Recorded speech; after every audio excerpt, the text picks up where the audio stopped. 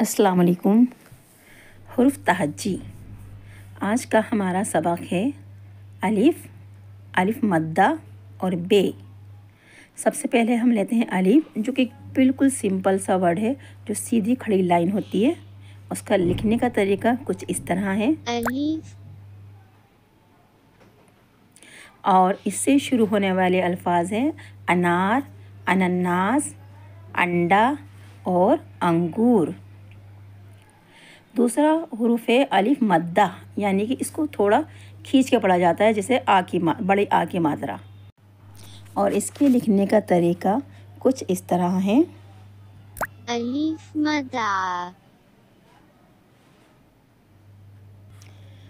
और इससे शुरू होने वाले अल्फाज हैं आड़ू, आँख, आग, आम। दूसरा हुरूफ है बे।